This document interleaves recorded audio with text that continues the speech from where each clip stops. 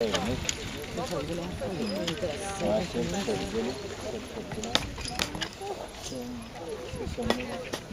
her forleden dag i Roma og besøkte en regissør der nede, så håper jeg at det kommer inn som assistent for ham på noen filmer i området av Roma. Du er jo full Ja da, det er jo full drift, ja. Absolutt.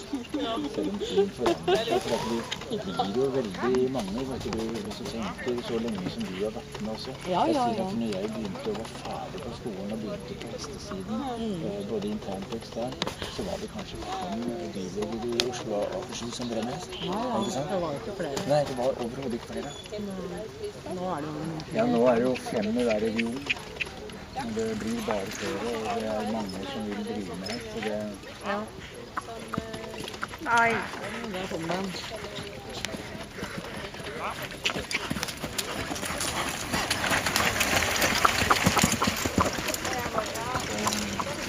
Men likevel så har jo mine og mange kontakter, og har anledning til å bruke mye mer tid på det, og det er veldig fornøyd med. Ja, så bra.